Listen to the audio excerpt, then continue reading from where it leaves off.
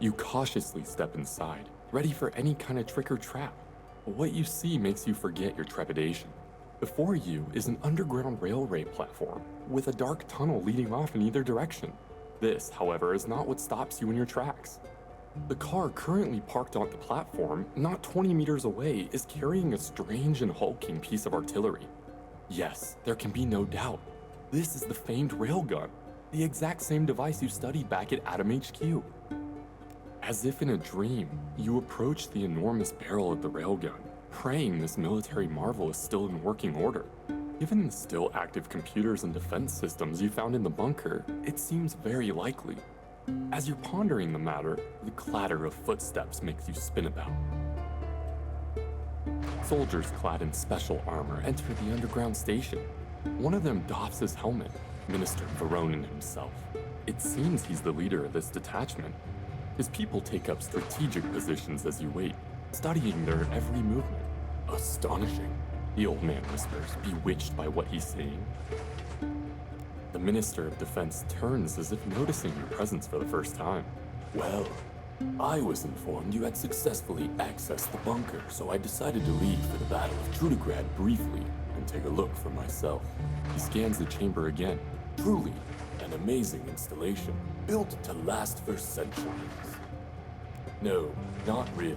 Voronin exchanges a quick glance with his subordinates and assumes a creepily benevolent tone. A question, if I may. What do you need this huge cannon for? It has something to do with the theoretical menace posed by the Hesperus star, correct? So I've heard. And where did you get this information about the Hesperus star? Voronin lowers his gaze and grimly adds, I'm not saying it's impossible, but the probability of this space rock colliding with a planet is vanishingly small. Yes, we know this already from your radio communications. It's just... He pauses to search for the right words. The railgun is a dangerous weapon, yet you somehow managed to get to it, even in this nigh impenetrable bunker. You really think no warlord out there could steal it back from Atom? Plus, Voronin hesitates again before continuing in a steely voice. How can you be so sure that some corrupt member of your organization won't use the railgun for his own selfish goals? That's what you say. However, first of all, what makes you so sure that the danger to Earth is even real? Second, how do you know the railgun can counter it? And last, what if some third party steals it from Atom and turns it into a long-range assault cannon? Voronin squints at you suspiciously. I once believed that giving the device to Atom was the best option, but ever since the assault on Trudograd, I've begun to have my doubts. Can you imagine what would happen if Sioma Vradonok got his grubby paws on such a gadget? And Sioma isn't even the worst thing out there. Regrettable. They will surely try to stop us. With a practiced motion, Minister Voronin dons the huge helmet. It fixes to his armor with a soft hydraulic hiss. The last thing you see of the man's face before the steel shell obscures it completely is clear-eyed determination, the will to fight to the bitter end. With a hoarse sigh, Voronin shakes his head. Your words have touched him, even if he hasn't changed his mind. I confess, the Atom I used to know seemed to be in a very capable hand. But that was decades ago, in the world we lost thanks to weapons with less destructive potential than this magnetic cannon. How can I know the Atom of today is equally righteous? Voronin sighs heavily. You've awakened something of the old soldier in this Trudogradian bureaucrat, even if only for one elusive moment. However much I wish to deny it, I really do know Atom has not changed its ways. I can see it in your eyes, but icy determination returns to the man's voice. How can I know that you'll keep this device away from scum like those raging through the city right now? A ringing silence descends upon the bunker. Voronin seems to be searching for something in you that would allow him and his fighters to carry out his original plan. All he desires is a single, tiny clue, any reason at all to doubt you, but he finds none. We shall see, the old soldier finally replies and turns his back to you. His fighters all lower their weapons, and the clicking of multiple safety mechanisms turning on signals an end to the confrontation. Only when he's standing beneath the steel arch leading back to the inverter facility does Voronin glance back. I will be expecting you, he says dryly and throws you a crisp salute. Baronin's fighters follow his example.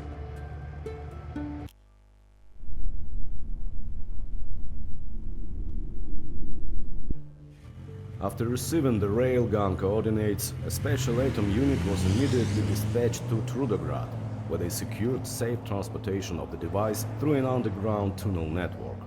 When the agents reached the city, this is what they found. The revolutionary movement was victorious in a battle that raged across every sector of Trudograd.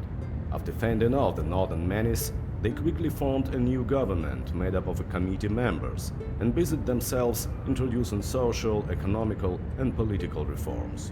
Their goal was the creation of a strong, expansive and internationally active Trudograd. Under the new regime, the city grew and flourished, while the newly empowered proletariat hunted down and eliminated every remnant of the previous government, expunging the old order for good.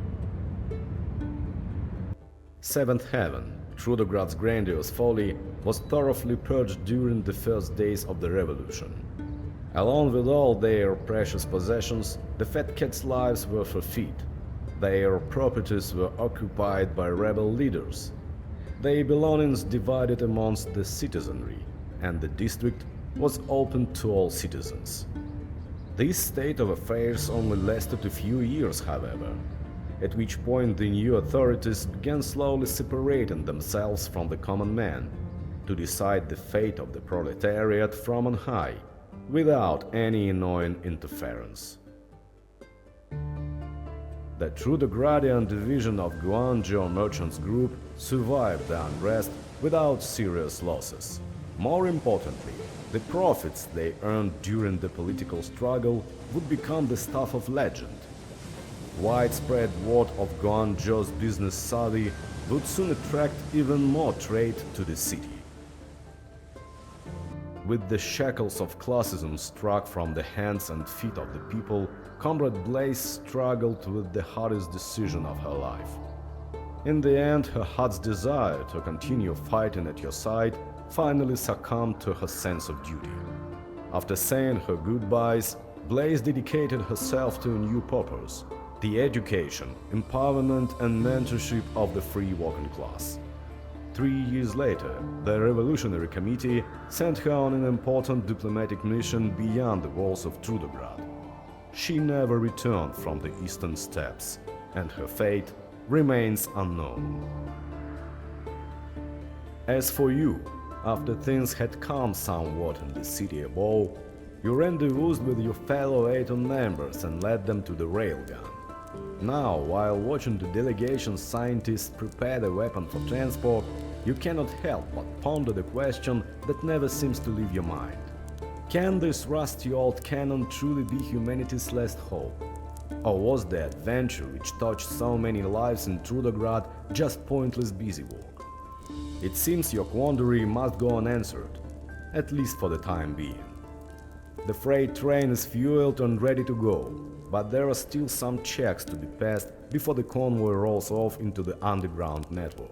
With nothing to do but wait for deployment, you decide to spend your last moments warming yourself at a burning barrel. A man is waiting there when you arrive.